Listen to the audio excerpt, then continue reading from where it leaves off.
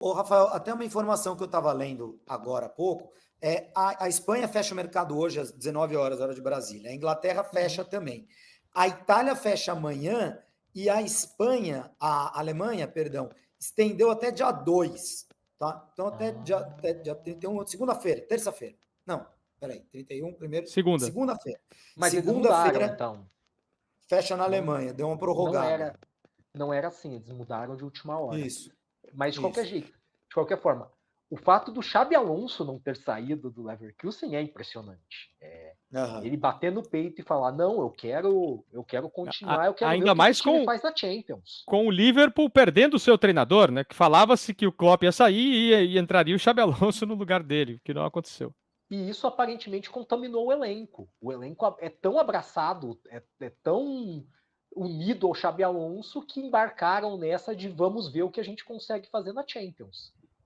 O Wirtz não ter nenhuma proposta realmente relevante, por exemplo, com tudo que ele jogou na temporada passada, é um troço absurdo. Nitidamente eles deram um sinal para o mercado de não vem que não adianta. Porque senão teriam ido, né? Ah, provavelmente. Muito bem, muito bem. E, gente, e para a gente encerrar, é muito importante a gente falar de duas coisas que estão conectadas, né? Uma, e passa pela Arábia Saudita. A Arábia Saudita, que no ano passado foi a grande história, né? A Arábia Saudita resolveu ter uma liga importante, competitiva, e começou a levar um monte de jogadores do mercado europeu para lá. Nesse ano, tirou o pé do acelerador. E certamente não é porque está em crise econômica a Arábia Saudita, é uma estratégia.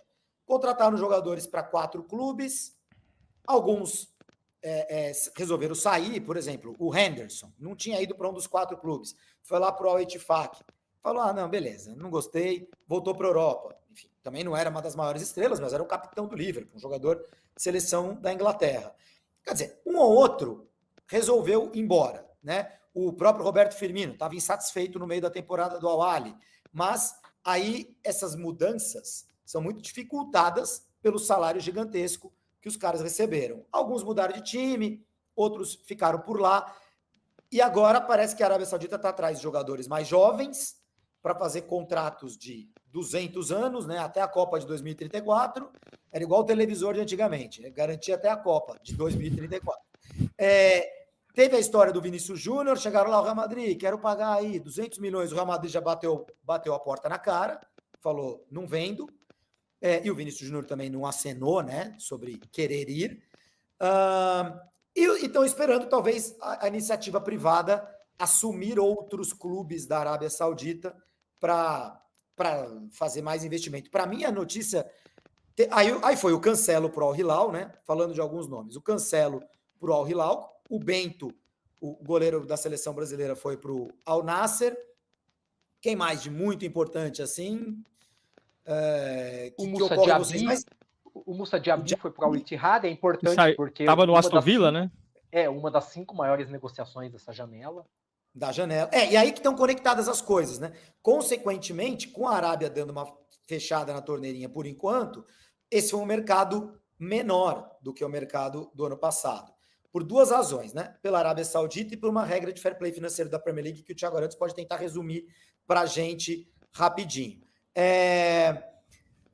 Eu acho até que a grande notícia do mercado da Arábia Saudita foi a saída do Saúd Abdulhamid do Al-Hilal, lateral direito, para Roma, primeiro jogador saudita da história do futebol italiano, mostrando que o futebol saudita está sendo visto de alguma maneira lá pela Europa. Alguns jogadores estão crescendo de nível. Arantes, explica rapidinho. A Premier League está dando uma apertada para as regras serem mais cumpridas, é isso? Isso, é o que eles chamam de, se não me engano, é PSR, é a sigla, né? É uma espécie de fair play financeiro da Premier League, que serve basicamente para o time não sair contratando todo mundo, né? Por mais que o Chelsea esteja contratando todo mundo, que vai contra isso, mas o Chelsea está contratando e está vendendo, né? Se ele consegue ali mais ou menos equilibrar uma balança. É um pouco parecido, ou tenta ser parecido com o que a gente vê na Liga Espanhola, isso que o Barcelona sofre tanto. Ano passado, o Everton levou punições, né? Perdeu pontos, quase foi rebaixado, por essas diferenças de gastos, enfim, a Premier League de gastos e faturamento a Premier League começa a apertar um pouco mais. O que se comenta na imprensa inglesa já há algum tempo é que isso já faz bastante tempo, até a ponto da gente não acreditar mais que vai acontecer, mas que o Manchester City em algum momento pode ser punido por coisas que fez no passado, por movimentações que fez no passado. Então, acho pouco provável, porque já faz muito tempo que falam nisso, mas é isso, é o cerco se fechando quanto às contratações que não se justificam, né? Uma balança comercial ali dos times para evitar endividamento. Basicamente é isso. Muitos times com receio de entrar nessa regra tiraram o pé do acelerador, e isso explica, em parte, o que aconteceu nessa janela em que a Premier League gastou, os times da Premier League, entre eles, né, eles gastaram 55% menos do que na janela anterior. Tá, então, Rafael, a gente tem a Premier League gastando 50% menos, a Arábia Saudita fechando a torneirinha, e você preparou aqui essa tela para a gente, mostrando como os maiores negócios da temporada passada, da janela passada, foram bem maiores do que os maiores negócios dessa. Sim, eu fiz uma soma antes de a gente entrar no ar, então nessa 1 hora e pouquinho que a gente está no ar, esse número com certeza já atualizou um pouquinho, mas a janela de transferências global no meio do ano passado movimentou 8,8 bilhões de euros. Foi a maior da história. Agora a gente está em 7. É uma queda expressiva, e quando a gente vê os maiores negócios, a gente nota mais ainda essa queda. E na temporada passada a gente teve 3 transações acima de 100 milhões de euros. Teve o Rice, o Caicedo e o Bellingham. Agora a maior foi 75, que foi a ida do Julián Álvares para o Atlético de Madrid. Houve 7 negócios maiores do que essa venda do Julián Álvares na temporada passada. É uma diferença bem expressiva. E falando de fair play financeiro, quem possivelmente vai ser punido por isso nas próximas semanas, nos próximos meses, na França, é o Textor. O Textor no Lyon gastou muito mais do que poderia. Já tinha sido punido na temporada passada, né? Ficou um semestre sem poder contratar, e é um risco bem grande de voltar a ser punido por desrespeitar regras do fair play financeiro lá na França. Quem que o Lyon contratou, hein? Ninguém de tão impactante pois assim. Eu tava com a lista aqui, peraí, deixa eu dar uma olhada. Mas gastou mais de 100 milhões, gastou bastante. Fez muitas contratações ali na casa de 15 milhões, 20 milhões, né? Foi contratando muita gente. Contratações de Chelsea, volume. Exato. Bom, talvez porque ele queira fazer negócio, que surpresa, né? Pois é, e ainda jogou o Luiz Henrique na conta do Botafogo, né? E logo mais a gente sabe que o Luiz Henrique vai acabar também. Pintando, e o Almada também. Logo, possivelmente os dois vão pintar lá na Europa. Vamos ver, né?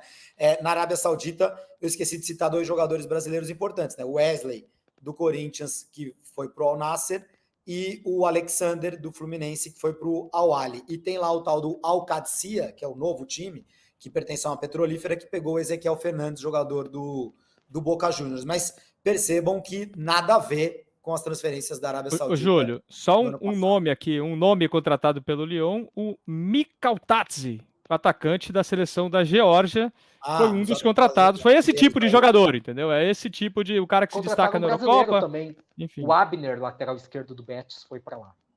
Também foi para lá, exatamente. São vários, é uma lista grande aqui, viu? A gente precisaria de mais tempo da live que a gente não tem, né?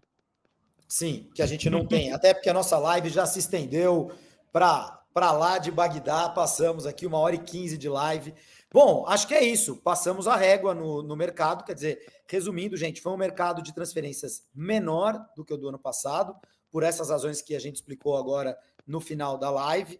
E vamos ver quem que vai ser o grande ganhador, né? As contratações de mais impacto do Real Madrid, mas, por enquanto, a gente precisa esperar um pouquinho para ver como o Mbappé e Endrick vão se misturar ali ao time campeão da Europa e campeão da Espanha. Beleza, Thiago Arantes, obrigado. Rafael Reis, muito obrigado pela presença de vocês. Eu quero, rapidinho assim, Thiago Arantes, para se despedir, o grande vencedor da janela de transferências. Se deu mal, Rafael Reis vai ter um tempo maior para pensar. Nossa, isso sem ver o resultado é difícil, hein? Tá louco. Pô, o resultado é fácil, né, meu amigo? Das cegas, assim. Não, acho que o time que contratou melhora. Você ficou com a impressão errada. Eu gostei da janela do Atlético de Madrid. O time que contratou cirurgicamente por posições melhor para mim foi o Atlético de Madrid, mas acho que isso não vai mudar as regras do jogo e o panorama do futebol europeu. E para você, Rafael? O Arsenal. O Arsenal é quem você, pode mudar devia ter falado é antes, quem pode comenta. mudar de resultado por causa desse mercado. Talvez ele passe o City. Não dá para ter certeza, mas pode ser que ele acabe com essa hegemonia do City interminável para termos em inglês, né? Nunca um time ganhou tantos títulos consecutivos na Inglaterra quanto o City atual. Eu caso as duas. Eu acho que a janela do Arsenal, com as contratações do Calafiori e do Merino, e a saída de ninguém muito importante, e a janela do City, de Savinho, de Gundogan, de saída do Julian Álvares, ou seja, eu acho que talvez faça o resultado mudar. Vamos ver. Sabe o que falta para o Arsenal, Júlio e Rafael? Falta um 9, né? Não dá para ganhar a Premier League com o Kai Havertz de 9, né? Vocês vão me desculpar. Pode ser que falte. Qual